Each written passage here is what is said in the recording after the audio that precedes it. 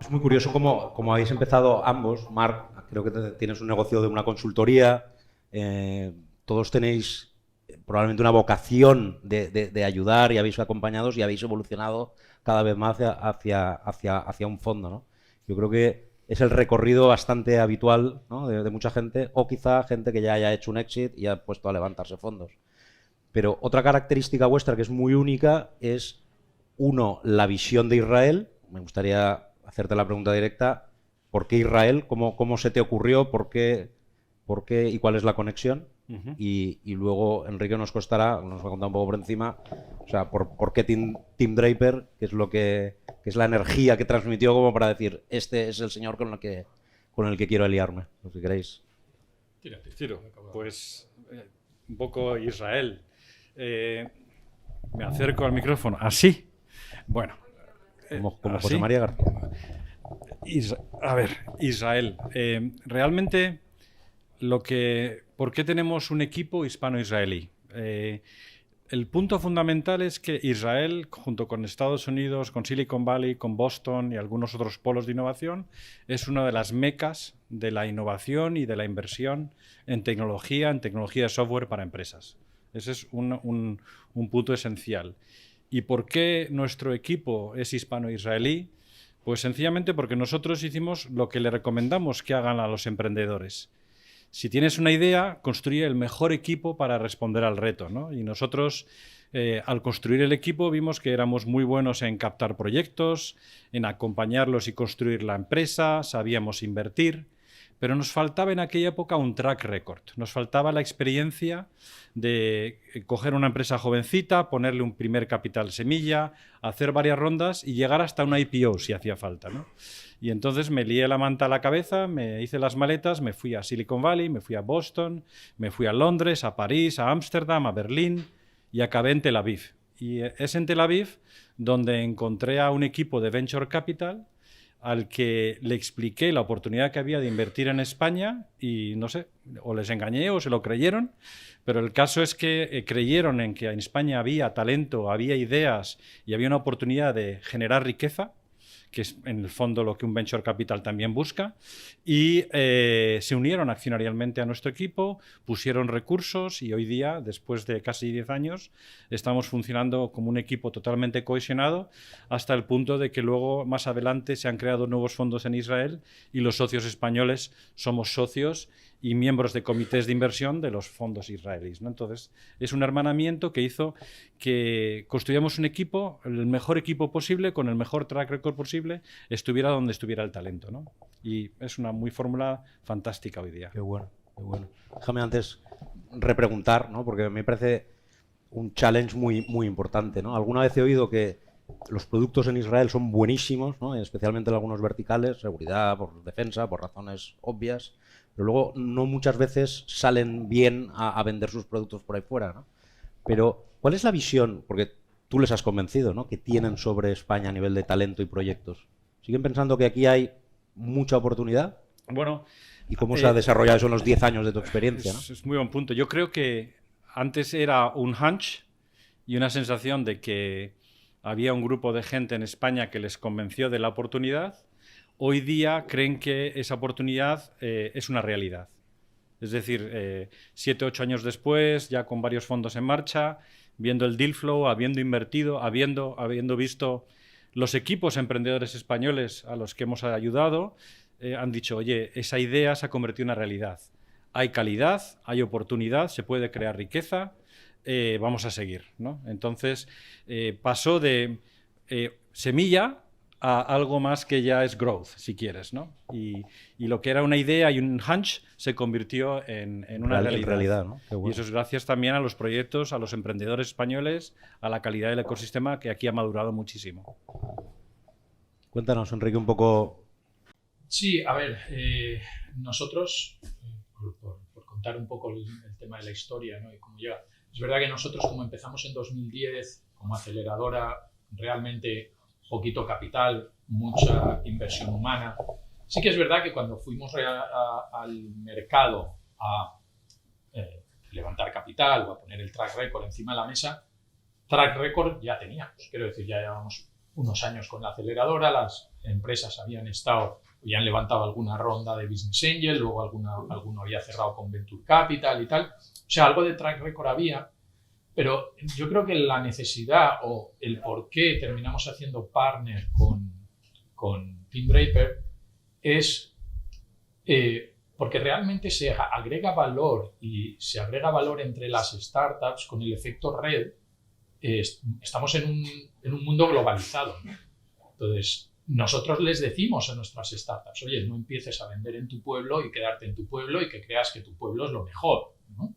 Te vas a quedar pequeño, ¿no? Cabeza de ratón, ¿no? Estás en un mundo global, ¿no? Y para poderles dar esa capacidad de globalizar, lo que sí que estaba claro desde el momento en que empezamos es que si no estabas en el mundo anglosajón, no eras nadie, ¿vale? Los grandes medios de startups, fondos de inversión, etcétera, todo el contenido estaba en inglés. Entonces, ya podía ser la releche de empresa de startup en España digital, que no te conocía nadie más allá del mercado español, ¿no? Entonces, a partir de ahí empezamos a movernos, ¿no? Como ha dicho Marc, oye, nosotros recuerdo que hicimos en 2014 un demo day en Londres con las startups de la aceleradora. Empecé a hacer también, pues, por diversos motivos, con Google y tal, viajes a Estados Unidos, y vas generando relaciones y lazos con otros players, ¿no? Y con Tim Draper hubo ese match, ¿no? O sea, es una persona que, oye, es un billonario que no necesitaría estar haciendo lo que está haciendo ahora mismo, el apoyo a los emprendedores, la inversión, etcétera, pero él lo disfruta, lo vive, ¿no? Y no entiende la vida de otra manera, ¿no? Y quiere dejar esa huella, ¿no? Y por eso su pretensión al final es dejar esa huella y que se note con el nombre de Team Draper, ¿no? Y entonces, bueno, pues tiene la Draper University, tiene la aceleradora de su hijo Boost, tiene la Draper Venture Network, luego los coworking co-living Draper Startup House, entonces, y luego la red de fondos, ¿no? Dentro de la red de fondos del Draper Venture Network, pues nosotros encajábamos muy bien, cubríamos a él lo que le gusta también, donde lo vive mejor, es en la fase semilla. Nosotros estábamos en fase semilla y en una geografía que no tenían cubierta, ¿no? Entonces, bueno, pues fue un gran match y bueno, y ahí a partir de eso también internamente nosotros habíamos nacido desde cero en un ecosistema. Estamos hablando 2010 en Valencia, prácticamente las primeras startups las generamos, había alguna, quiero decir, ahora Flyware, que salió al Nasdaq, había nacido en 2009, pero yo veía... Menos esa, qué pena. Claro, ahí no existíamos, pero cuando lo estábamos montando, Iker andaba por ahí, ¿no? Y luego tal, ¿no? Entonces, estuvimos creándolo y nos faltaba ese referente, ese árbol al que arrimarte, del que aprender, ¿no? Y entonces, ¿qué mejor que el reconocido varios años como mejor inversor semilla en Silicon Valley y que más unicornios ha invertido desde la fase semilla, ¿no? Entonces, bueno, pues a ver si se nos pega algo y ahí estamos. Seguro. Por cambiar de orden, yo creo que algo se te ha pegado cuando una de las inversiones, cuéntanos un poquito, es un taxi volador. Entonces, ¿cómo es esta inversión? Realmente la inversión no es tanto un taxi volador, que seguro que habéis leído la palabra aerotaxi mucho por ahí, y hay muchos aerotaxis. Que para diferenciarlo, para el que no sabe, porque además muchos de esos aerotaxis en la prensa dicen flying car, ¿vale? Es como, bueno, pues se mezcla todo, pero realmente son helicópteros eléctricos o cuadricópteros grandes. Quiero decir que al final son drones que no tienen ruedas, no ruedan por la carretera, etcétera, ¿no? Entonces, bueno, en este caso lo vimos, coinvertimos con Tim Draper y con otro de los inversores. Tim Draper fue uno de los primeros inversores en Tesla, antes que Elon Musk. Y él con otro de los business angel que entró en Tesla estaba invirtiendo en esta y la vimos y coinvertimos con él, ¿no? Y básicamente es un coche del tamaño de un coche que rueda como un coche y aparca en la plaza de parking de un coche, pero que luego despega en vertical y vuela, ¿no? A ver, es un proyecto que se sale del B2B SaaS que nosotros solíamos hacer. De hecho, la anécdota es que como fue la segunda inversión que hicimos con el fondo y habíamos dicho que íbamos a hacer B2B SaaS, por aquí hay algunos de mis selfies, no lo notificamos hasta que ya habíamos hecho unas cuantas inversiones más para que no pensaran que nos habíamos vuelto locos, ¿no? Pero bueno, a ver, son una de esas inversiones. Tim Draper dice, para realmente hacer algo grande, tienes que pensar en grande, tienes que cambiar, disrumpir totalmente, ¿no? Para que el upside sea grande. Esto es capital riesgo, ¿no? Por eso él invirtió en Tesla en 2005, invirtió en Coinbase en 2009 o no sé qué. O sea, invirtió siempre mucho antes de los que otros entraron, ¿no? en esas fases, ¿no? Entonces, esta es una de esas inversiones que tenemos ahí más binarias, todo o nada, en capital riesgo puro, y luego tenemos otras, seguimos también haciendo cosas de B2B SaaS que nos han dado retornos consistentes. Qué bueno, qué bueno. Marc, en tu caso empezaste más en el mundo de la consultoría, ¿no? ¿Qué es más sexy? ¿Ser inversor o estar en el mundo de la consultoría? ¿Y qué es lo que te motiva para despertarte todos los días actualmente? Al final quieres que cuente la anécdota de la comida, ¿no? Sin lugar a dudas. Yo tengo un background muy variado. He estado trabajando en banca, he estado trabajando en tecnología, en empresas americanas. Por accidente, entre comillas, heredé una empresa de consultoría que transformé en una incubadora y aceleradora de empresas. En el periodo de 2008 a 2012 creo que ayudé a lanzar más de 100 empresas de base tecnológica en negocios B2B. Y un poco la anécdota era, vamos a crear un fondo para poder invertir y que por fin los emprendedores nos hagan caso, porque como consultores pues no nos hacen ni puñetero caso, ¿no? Y eso fue un incentivo, ¿no? Habíamos desarrollado una metodología que llamábamos la fábrica de empresas, en cómo construir una empresa en todos los ángulos de gestión del talento, de desarrollo tecnológico, de gestión financiera, de go-to-market, y esa metodología muy sistémica, conectada con un capital inteligente, con un buen equipo de coaches, pensábamos que nos iba a ayudar a crear un fondo de venture capital muy diferencial, ¿no? Y eso es un poco lo que hicimos, ¿no? El primer paso fue levantar este primer fondo de 40 millones, que ha invertido en 13 empresas con mucho éxito, y ahora pues empezando con nuevos fondos en diferentes áreas, pero con ese ADN, ese propósito de fabricar empresas de éxito, ¿no? Y esa metodología de gestión y acompañamiento empresarial, ¿no? Y ya con un poquito más de dinero, pues los emprendedores nos hacen más caso, ¿no? De vez en cuando, ¿no? Para darles también una visión a los emprendedores, solo creo que hay un tema que los emprendedores no conocen demasiado del Venture Capital, diría yo, y es que también el VC tiene que hacer fundraising. O sea, que no es que aquí nadie sepa lo difícil que es hacer un fundraising. Contarnos un poco si ha sido muy difícil los primeros fondos o cómo se levantan fondos y por qué es tan importante ser resiliente, porque entendemos a los emprendedores cuando reciben muchos noes, porque no es exactamente el encaje en un fondo, etcétera, pero también los VCs han sufrido exactamente el mismo proceso y muchas veces yo veo muchas similitudes, ¿no? A ver, yo te diría que hacer fundraise, por todo lo duro que es, pero hacer fundraise para una startup es más sencillo que para un fondo. Y me voy a explicar. Hacer fundraise para un fondo no tienes producto, no tienes como el business plan, la parte, digamos, más que llega más al corazón, ¿no? Mientras que de la otra manera, y además empiezas a tener algo de track record, etcétera. Segundo punto, la mayor parte de todo lo que son business angel profesionales o venture capital, etcétera, su trabajo es invertirte, con lo cual casi que los puedes encontrar por internet un listado, sabes quiénes son y dónde están, ¿no? Los inversores en fondos son family office, ejecutivos, que su core business es otro, por lo tanto, no aparecen en ningún lado como que son inversores en esto. Es más, normalmente es gente que tampoco quiere que le llamen cada 2x3 a presentarle y le molesten todo el tiempo presentándole oportunidades de inversión, con lo cual es mucho más difícil también identificar el target real de personas que encajan con tu fondo. Y entonces pierdes muchísimo tiempo conociendo a gente que teóricamente, oye, tienen capital, pero que realmente no encajan para nada en tu tesis de inversión, ¿no? Esto también ocurre algo con los emprendedores cuando van a algunos fondos y no encajan en la tesis de inversión, ¿no? Pero aquí no puedes hacer el ejercicio, es mucho más difícil hacer el ejercicio de saber si va a encajarle o no va a encajarle, ¿no? Estábamos ahora contando algunas anécdotas en la comida y yo recuerdo una con un empresario alemán en España que la reunión con el CFO suyo, fantástica.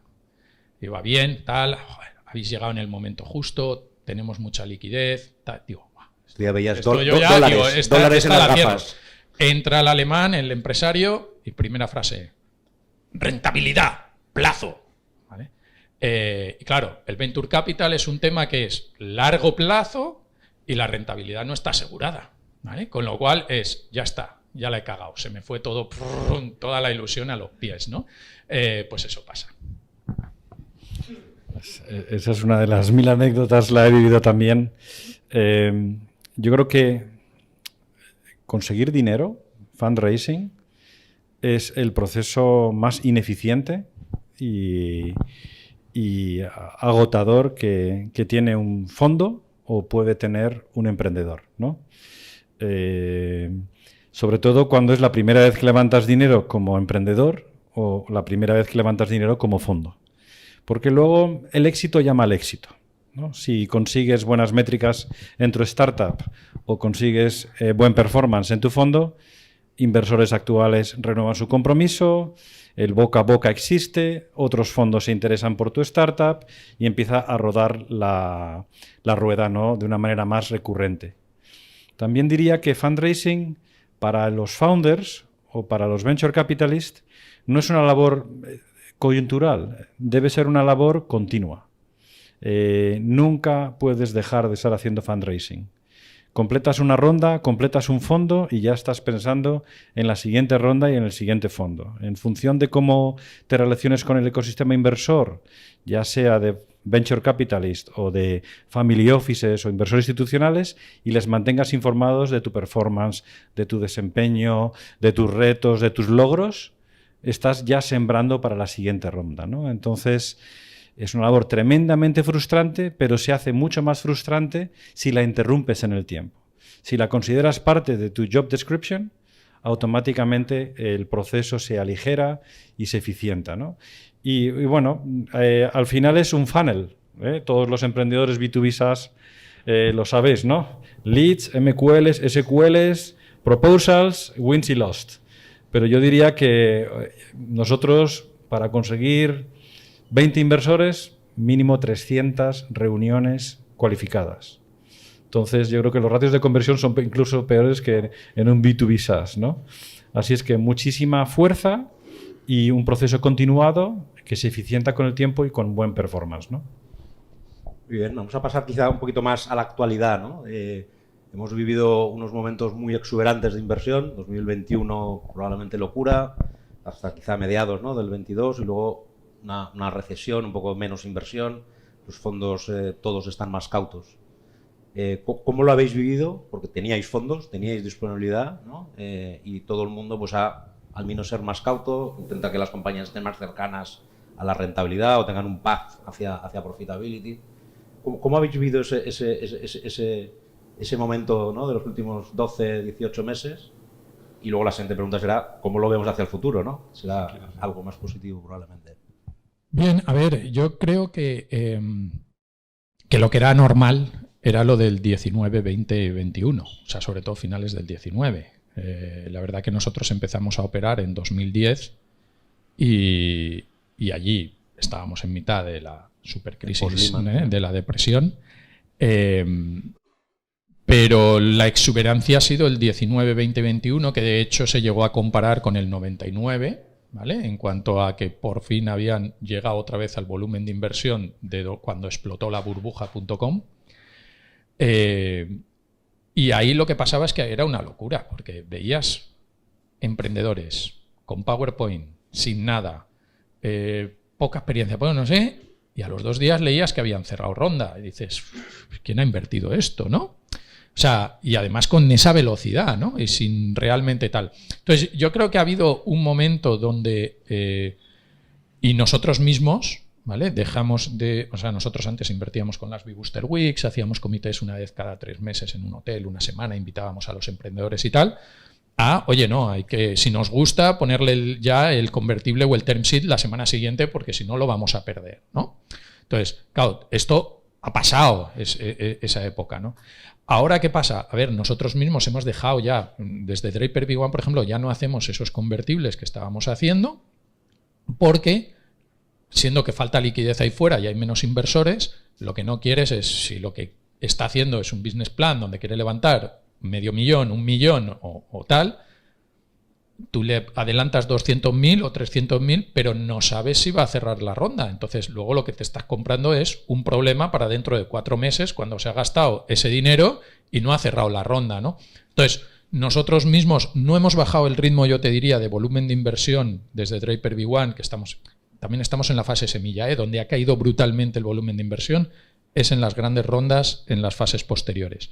Entonces, nosotros no hemos frenado el volumen de inversión y el número de operaciones, quizá un poco, si vemos al final, pero sobre todo es porque se ha ralentizado la manera de invertir, ¿no? Ahora ya sí invertimos que, vale, te firmo un term sheet, te firmo el compromiso, pero voy a notaría cuando tengas al resto.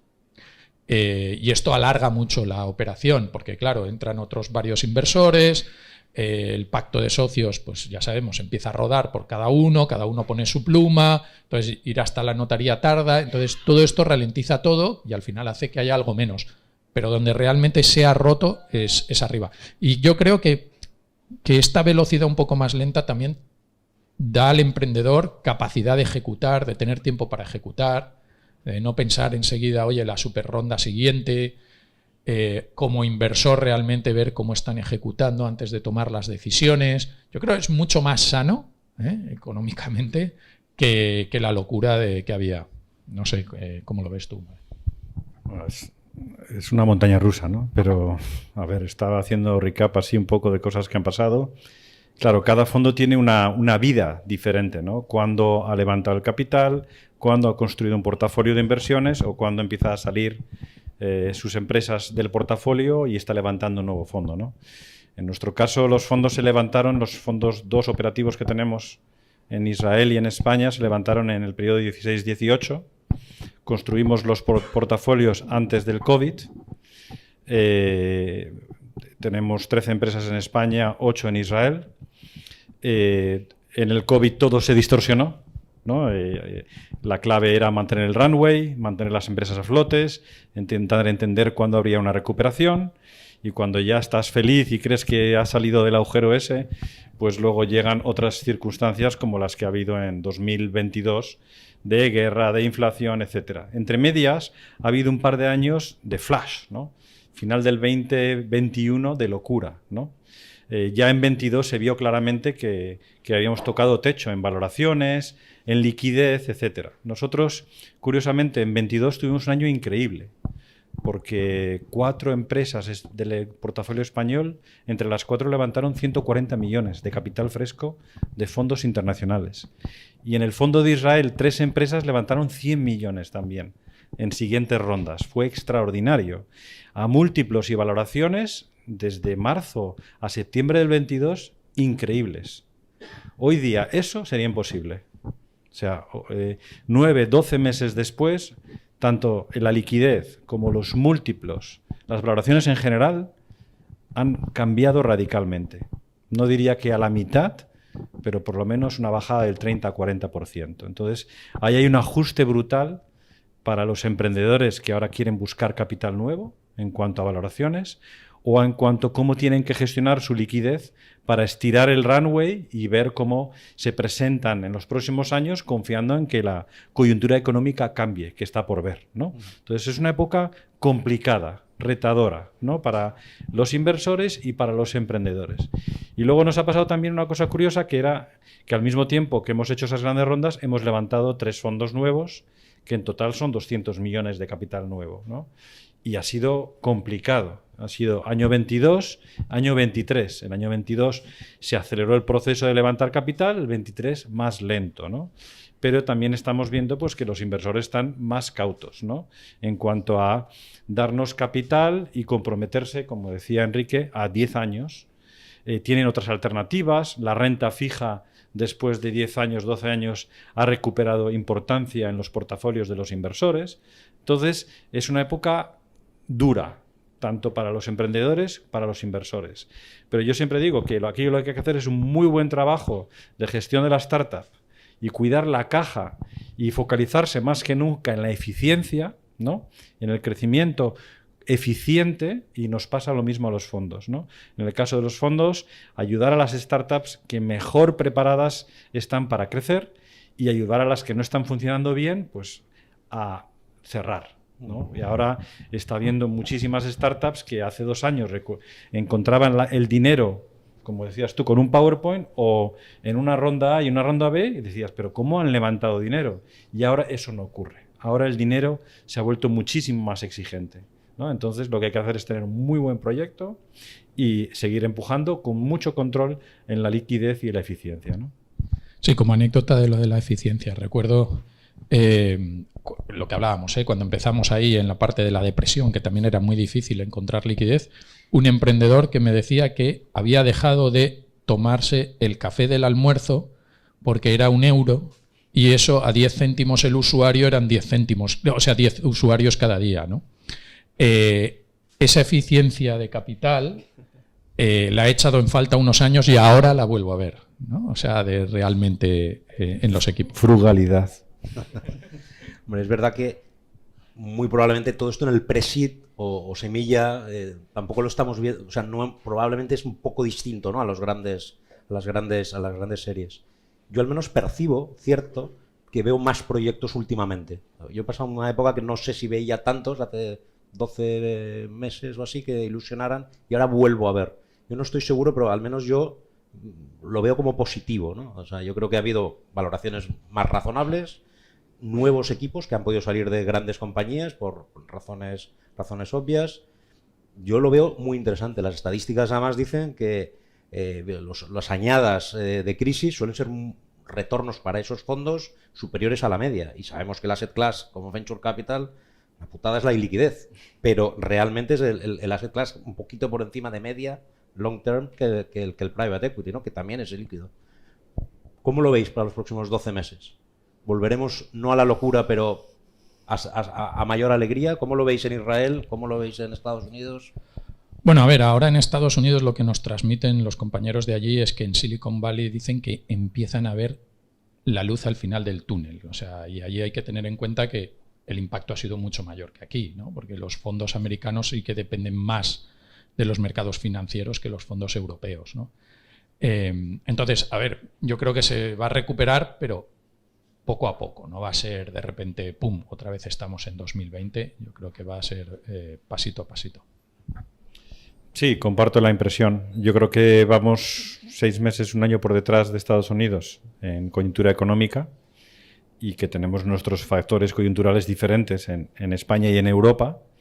Entonces, un poco mi recomendación es andar con cuidado y lo que decía antes, vigilar la caja y la eficiencia, ¿no? Estamos viendo el mismo deal flow.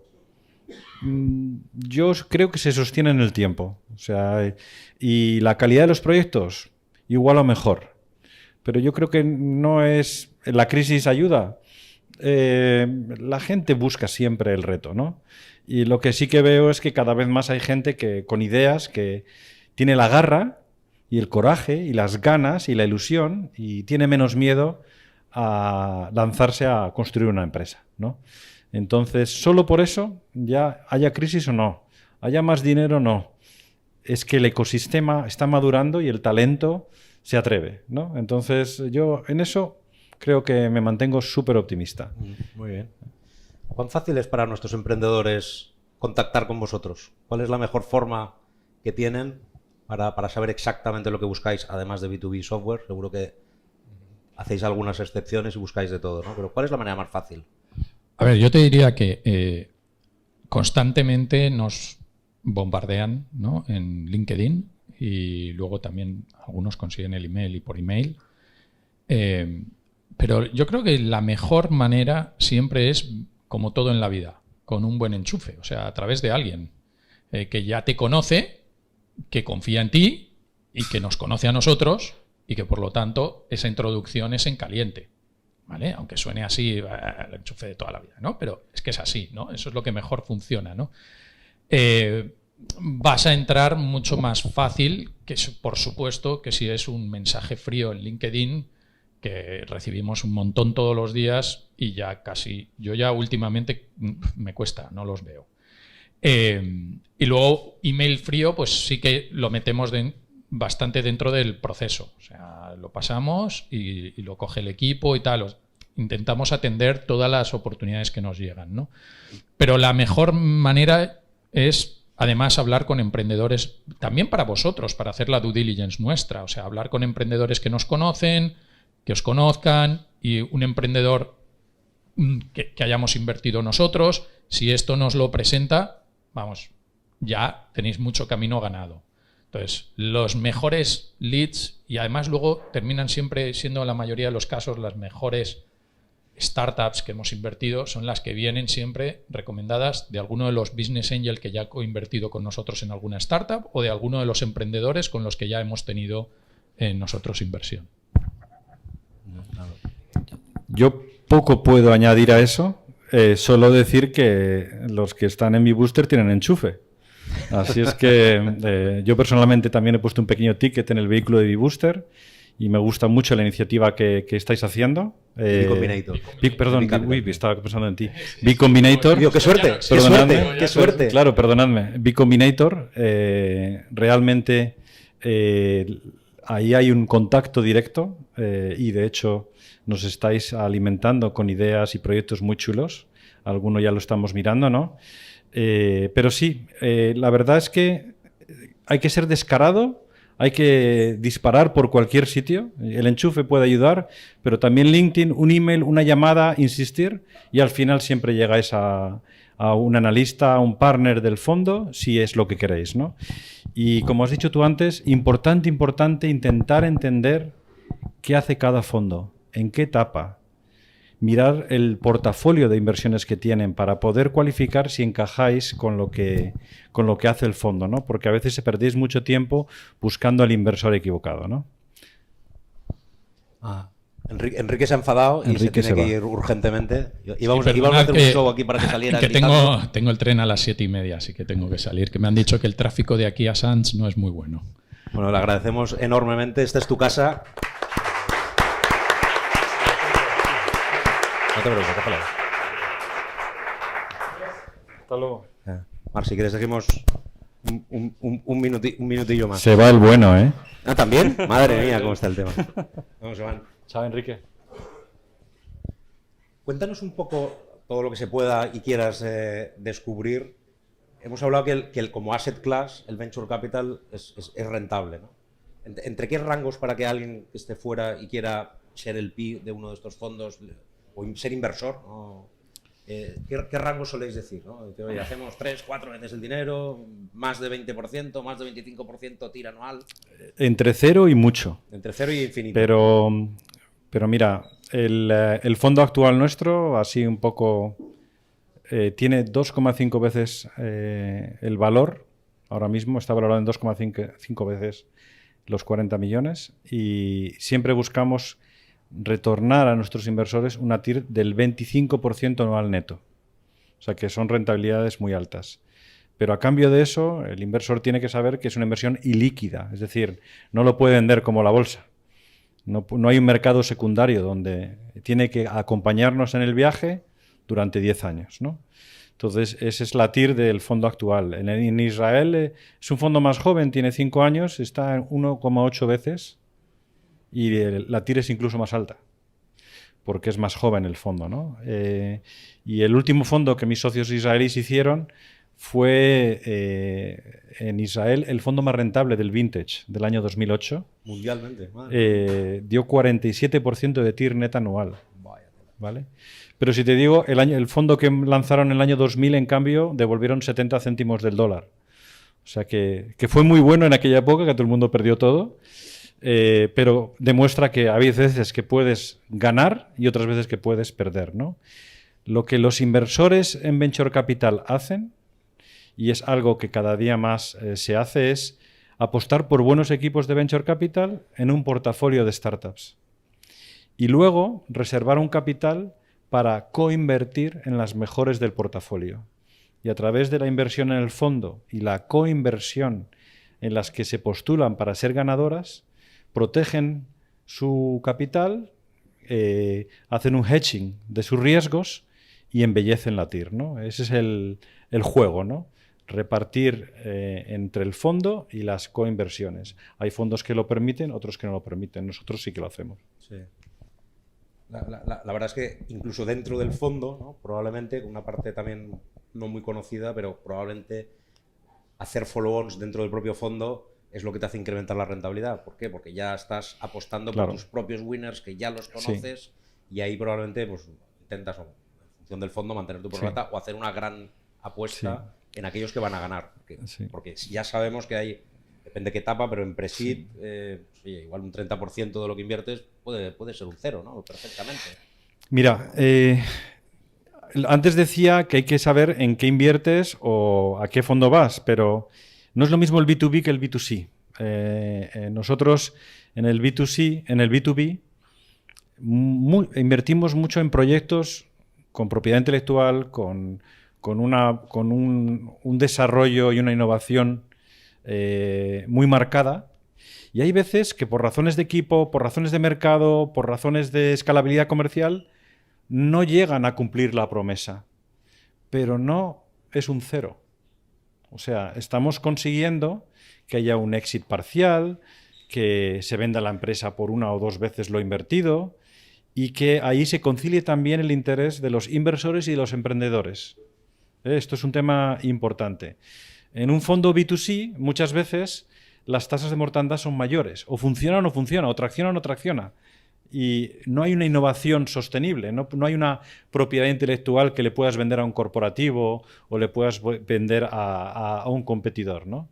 Entonces, en nuestro caso, los mejores proyectos del fondo pues pueden dar 5, 8, 10 veces lo que has invertido, pero los proyectos que no funcionan pueden todavía conciliar un retorno a los inversores y a los emprendedores, que a mí es algo que me encanta, ¿no? Tenemos solamente una empresa que es un cero, y hay 3 o 4 donde hemos podido vender la empresa y que los emprendedores, por lo menos de esos 5 o 6 años que se han roto la espalda, recuperen una cantidad de dinero significativa que les haga merecer la pena. Lógicamente no era el sueño, pero sí que... Pero no es un cero tampoco. No es un cero, ¿no? Y esto es importante también, ¿no? Qué bien, qué bien. Hay una parte que me gusta mucho del ecosistema. Yo antes estaba en el mundo del private equity, del gran private equity, en Permira, teníamos 70.000 millones, y aquello era la guerra de los tiburones, ¿no? Entonces era una competencia brutal por un deal y es algo que ahora, una década después, lo veo totalmente distinto, ¿no? Aquí es una colaboración, es decir, cada uno tiene un rol en el ecosistema y al revés. O sea, es que es incentivar a que podamos coinvertir juntos. Con Enrique hemos coinvertido 2 o 3 veces, contigo creo que todavía no ninguna, pero bueno, desde B-Combinator seguro que se van a poner las pilas. Espero aquí que sí. La sala. Pero ¿cómo es ese ambiente en el ecosistema? ¿Cómo lo ves tú? Porque para mí es dentro de Presid, quizá series más avanzadas un poco distintas. ¿Cómo ves tú el ecosistema? Competimos por los inversores y cooperamos en las inversiones. Esta es la clave del juego, ¿no? Entonces, los inversores también invierten a veces en más de un proyecto, en más de un fondo, y así diversifican su riesgo también, y también invierten en diferentes tipos de fondos. Pero luego cooperamos en las inversiones, significa que te interesa, en nuestro caso, en casi todas las inversiones, yo creo que en todas, somos el lead investor. Somos los que, el primer inversor profesional, el que ha puesto el term sheet en la mesa, el que ha valorado la empresa, pero siempre hemos invertido entre el 60 y el 70-80% del ticket, dejando espacio a inversores anteriores o nuevos inversores. Porque la idea es que la empresa tenga los medios económicos en esta ronda, pero que se dote de un cap table, de un grupo de inversores que en siguientes rondas puedan asegurar la mayor parte del capital necesario para que la empresa siga creciendo, ¿no? Entonces, para mí es un learning point muy importante. Yo quizá al principio cuando invertía no me fijaba tanto en el cap table y cada día más me gira un poco la cabeza cuando veo a alguien que alguna historia anterior ha tenido, que no ha sido alguien del que te puedas fiar, ¿no? Yo creo que cada vez más la gente dice, bueno, oye, a este sí, a este no, y ocurre de vez en cuando que alguien veta o dice, no, este mejor no lo metas. Entonces, pero yo creo que hay mucha colaboración y yo creo que esa es la que tenemos que seguir fomentando, ¿no? Totalmente. Yo no sé si hay alguna pregunta en la sala. ¿Queréis que alguien preguntara algo? Ahora es el momento, sin pichear. ¿Ninguna pregunta por ahí? Muy bien, pues nada. Hay una. Ah, perdón, adelante. Fuerte. Los mayores éxitos. Bueno, nosotros en España, del fondo actual, el año pasado, una empresa de Valencia muy joven, que se llama SalesLayer, consiguió de un fondo de Nueva York 30 millones y la empresa, cuando invertimos hace 5 años, no tenía facturación y levantó 30 millones a muy buena valoración. El emprendedor acababa de cumplir 30 años y le hemos visto crecer como empresario, como emprendedor estos 5 años, que a mí me enorgullece enormemente. Y yo creo que en 2-3 años nos va a dar una alegría enorme, ¿no?, en cuanto a exit. Tenemos una inversión de una empresa de Huesca, la verdad es que nuestros emprendedores son muy variados, de ciberseguridad, donde también el emprendedor, que tiene origen sudafricano, pues también de un fondo americano, se llama Paladin, de ciberseguridad, pues recibió un ticket enorme el año pasado y que también invertimos cuando facturaban 300.000 al año. O sea que son proyectos que se están cociendo, como digo yo, ahí chup, chup, chup, y que apuntan a que van a ser fan makers y que van a dar mucho nombre en el mercado, ¿no? Hay una empresa muy conocida que se llama Odilo, de educación. Ahí tenemos nosotros un ticket importante y que con un fondo británico pues recibió 65 millones el año pasado y ya está valorada en más de 200 millones. Y ya es una empresa que está por encima de los 25 millones de facturación, que estamos viendo ya crecer. Entonces ahora tenemos ahí 3 o 4 empresas que están pre-exit, ¿no? La noticia es que el año pasado, a final del año pasado, reunieron mucho capital con grandes fondos internacionales y la esperanza es que en los próximos 2 años salgan en los papeles como empresas españolas que han tenido una proyección y un exit de buenos números en todo el mundo, ¿no? Así es que vamos a ver.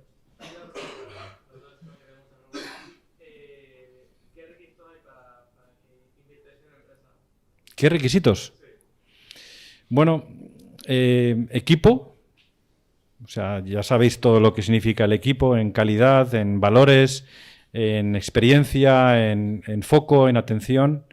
Tecnología. Somos muy obsesivos con la validación tecnológica, entender muy bien esta tecnología, cómo está construida, qué barreras de entrada tiene con la competencia, cómo será en 2-3 años y si mantendrá esa diferenciación superlativa que la haga crecer en el mercado. Competencia, nos gusta analizar a nivel global la competencia y nos gustan emprendedores que realmente tienen esa amplitud de miras para hacer un benchmark muy riguroso, tanto de competidores directos como indirectos, y el que viene diciendo esto es único en el mundo me asusta un montón, ¿no? Competencia. Potencial de mercado.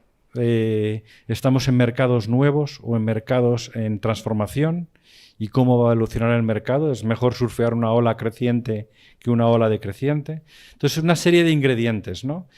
Y últimamente yo mido muchísimo y pocos emprendedores me lo enseñan y me lo muestran con claridad, lo que llamo yo la adopción de tecnología.